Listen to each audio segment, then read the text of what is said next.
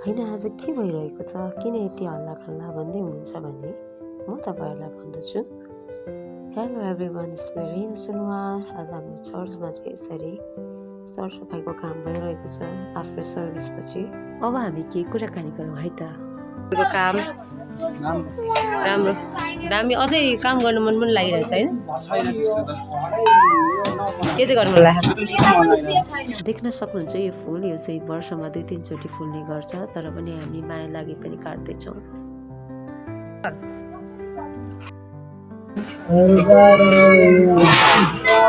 अनि यो रुम चाहिँ हाम्रो पहिला अफिस रुम थियो, अनि छेउमा हाम्रो डान्स क्लास छ, अनि यसलाई चाहिँ हामी बनाउँदैछौँ डिउ खाँदै रमाइलो गर्दै। अनि यहाँनिर चाहिँ म भ्लग गरिरहेको बेलामा दिदी पछाडिबाट आउनुभयो, अनि दिदीले चाहिँ मलाई डिउ दिनु भएन, तर पहिला चाहिँ मेरो डिउ दिदीले खानुभएको थियो, सो म थर्काउँदैछु मेरो दिदीलाई। ओके, यो भिडियो हेर्दाखेरि मैले थर्का जस्तो नदेखोस्, तर दिदीले मलाई थर्काउनु भएको थियो। अब सुरु हुँदैछ हाम्रो दाजुभाइहरूको जोरदार प्रस्तुति। यो प्रस्तुतिलाई हेर्दै हाम्रो नाराजलाई दिनुहुन्छ थोरै सल्लाह।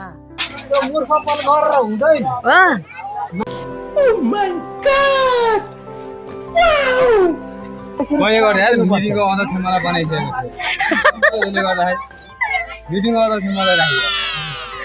आज हाम्रो मण्डलीका दाजुभाइहरू चाहिँ खोला जाने प्लान गर्नुभएको रहेछ, तर मण्डलीमा काम परेको हुनाले जान सक्नु भएन। साथै मेरो दाइ चाहिँ यो खोला जाने टिमको अध्यक्ष हुनुहुन्थ्यो अरे, तर अध्यक्षजी जान पाउनु भएन भनेर यो गुनासो हुँदैछ।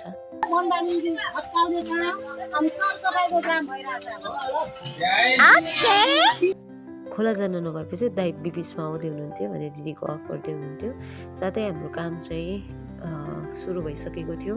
अब भने यतातिर हामी त्यो टालीहरूलाई चाहिँ यता राख्दै थियौँ भने त्यहाँ भएको बालुवाहरूलाई चाहिँ लगेर टोइलेटको साइडमा मिलाउँदै थियौँ, र यसरी हामी सबैजना मिलेर चाहिँ प्रभुको भवनको निम्ति काम गर्दै थियौँ, त्यो पनि एकदमै खुसी साथ।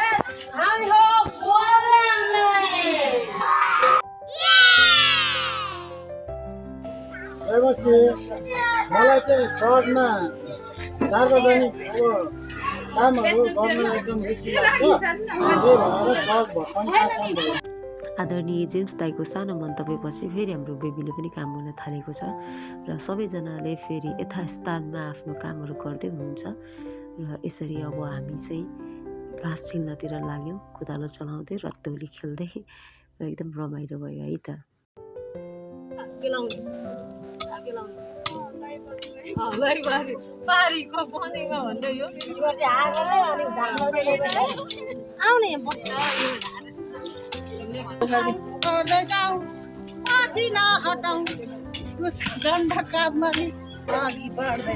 हाम्रो प्यारी दिदीको नाचले गर्दा अब हामी सबैजना फेरि पनि जोसिन थाल्यौँ, अब हामी बढ्नतिर लाग्न थाल्यौँ, र निकिता त्यही कुरा सुनेर धेरै अगाडि छिटो छिटो बढ्न थाल्यौँ।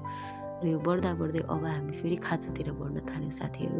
खाजामा चाहिँ हाम्रो चटपटे थियो, चाउमिन थियो, र खाजा एकदमै मिठो थियो, र यो दिन हामीले एकदमै प्रभुमा भएर असल तरिकाले समय बितायौँ, र प्रभुको भवनको लागि हामीले काम गऱ्यौँ, र खाजा खाँदै हामी खुसी भयौँ, र प्रभुलाई हामीले धन्यवाद दियौँ, किनभने त्यो दिन हामीले एकदमै ठुलो र आशिषमय काम गरेका थियौँ, र यहाँहरू सम्पूर्णलाई धन्यवाद जसले सहायता गर्नुभयो।